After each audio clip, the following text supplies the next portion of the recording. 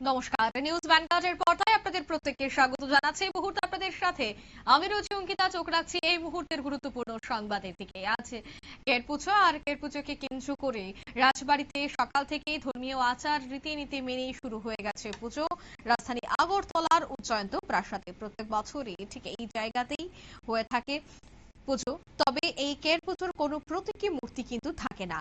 একটি বড় সবুজ বাঁশকে বিশেষ নিয়মে বাঁকিয়ে বা নির্দিষ্ট আকারে সাজিয়ে দেবতাকে প্রতীকী রূপ দেওয়া হয়।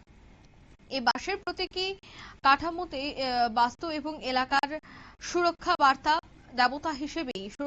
দেবতা হিসেবেই পূজিত হয়, যা রাজ্য এবং সাধারণ মানুষের মঙ্গল এবং রোগ বালাই দূর করার উদ্দেশ্যে স্থাপন করা হয়েছে। ত্রিপুরার ঐতিহ্যবাহী কের পুজো হল বাস্তুদেবতা বা রাজ্যের রক্ষাকর্তা কেরের উদ্দেশ্য নিবেদিত 2.5 দিনের এক কঠোর তান্ত্রিক ও সাংস্কৃতিক উৎসব। সোমবার রাত থেকে শুরু হয়েছে ত্রিপুরার ঐতিহ্যবাহী কের পূজা। বুধবার সকালে এই পূজার আনুষ্ঠানিক সমাপ্তি হবে। তবে মঙ্গলবার রাজবাড়ী প্রাঙ্গণে ধর্মীয় আচার অনুষ্ঠানের মধ্য দিয়ে কের পুজো অনুষ্ঠিত হয়েছে। এ বিষয়ে কি বলছেন মুখ্যমন্ত্রী, শোনাবো। দেখুন, এটা ত্রিপুরার ঐতিহ্যবাহী পূজা, কেয়ার পূজা।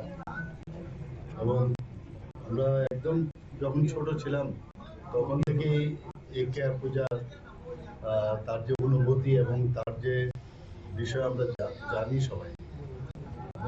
বড় ভাষায় কেয়ারের অর্থই হচ্ছে একটা গণ্ডি দেওয়া, অর্থাৎ এই গণ্ডির বাইরে কেউ যেতেও পারবে না এবং বাইরের থেকেও কেউ ভিতরে ঢুকতে পারবে না, এরকমটাই ছিল। এখানে প্যালেস কম্পাউন্ড, ত্রিপুরার এখানে যে প্যালেস কম্পাউন্ড আছে, আগে সারা ত্রিপুরাতেই হতো। এখন এই প্যালেস কম্পাউন্ডে হতো, তারপর আস্তে আস্তে সময়ের তালে তালে দেখা গেছে এখন ঠিক রাজবাড়ির ভিতরে একটা পার্টিকুলার একটা জায়গা, এখানে ব্যারিকেড দেওয়া আছে, গন্ডি দেওয়া আছে। তো সেখান থেকে কেউ বাইরেও আসতে পারবে না, ভিতরেও আসতে পারবে না, যেতে পারবে না। এবং মেইন হচ্ছে একটা বাস্তু পূজা। বাস্তু পূজা উপলক্ষে কেয়ার মানেই বাস্তু পূজা হিসাবে একটা গন্ডি দেওয়া। এবং মেইন যে উদ্দেশ্য, রাজন্য আমল থেকে এটা হতো, তার যে উদ্দেশ্য হচ্ছে ত্রিপুরার মানুষের।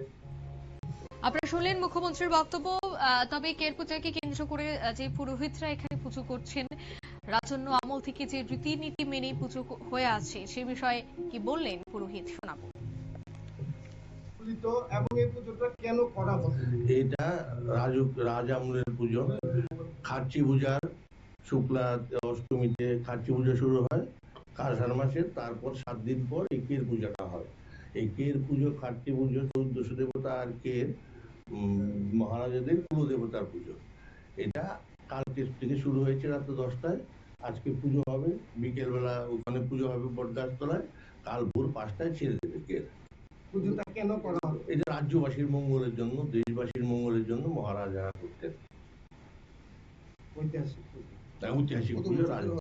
এটা রাজ আমল থেকে চলে আসছে, এখানে 500 বছর ধরে চলছে। তার আগে অন্য ওখানে যেখানে রাজবাড়ি ছিল সেখানে চলে এসছে, রাজ আমল থেকে চলে আসছে।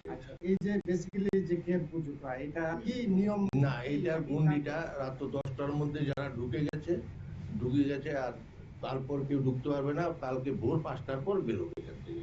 আর এই পুজোটা মূলত কি পুজো? এটা 14 দেবতার পুজো। কের আপনারা শুনলেন 14 দেবতার পুজো হয়ে থাকে। এই গণ্ডিতে যারা প্রবেশ করেন তারা কিন্তু পুজো শেষ না হওয়া পর্যন্ত এই গণ্ডি থেকে বেরোতে পারেন না। তবে যে কেয়ার পুজোকে কেন্দ্র করে দেখা গেছে যে ভক্তরা উপস্থিত হয়েছেন। অন্যদিকে আজকের এই কেয়ার পূজাকে কেন্দ্র করে কি বলছেন বিজেপি রাজ্য সভাপতি অভিষেক দেবরায়, শোনাবো।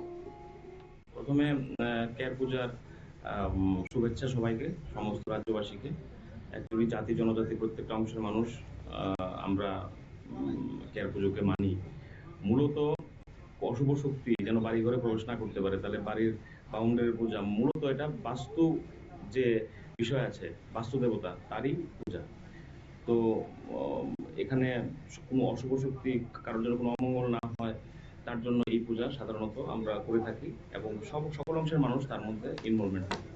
এবং এটা প্রাগৈতিহাসিক যুগ থেকে এটা চলে আসছে এবং খুব মান্যতা দিয়ে এবং ধর্মপ্রাণ যারা আছে জাতি জনজাতি প্রত্যেকে এই পুজোতে অংশগ্রহণ করেন। তারই অঙ্গ হিসেবে আজকে আমাদের রাজবাড়িতে এটা সবসময় পুজো হয়, পূজা অর্চনা হয় এবং যে মঙ্গল জল ছিটিয়ে সবার উপর দেওয়া হয় যেন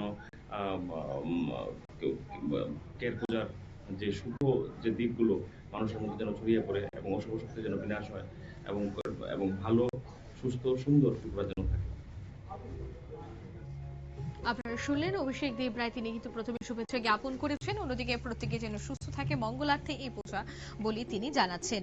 1949 সালের 15 অক্টোবর ত্রিপুরার ভারতভুক্ত হওয়ার পর তৎকালীন রাজমাতার সঙ্গে সম্পাদিত চুক্তি অনুযায়ী আজও রাজ্য সরকার কের পূজার রাজকীয় পৃষ্ঠপোষকতা এবং যাবতীয় ব্যয়ভার বহন করে থাকে। নিয়ে নিচ্ছি ছোট্ট একটি বিজ্ঞাপন বিরতি, সঙ্গে থাকুন।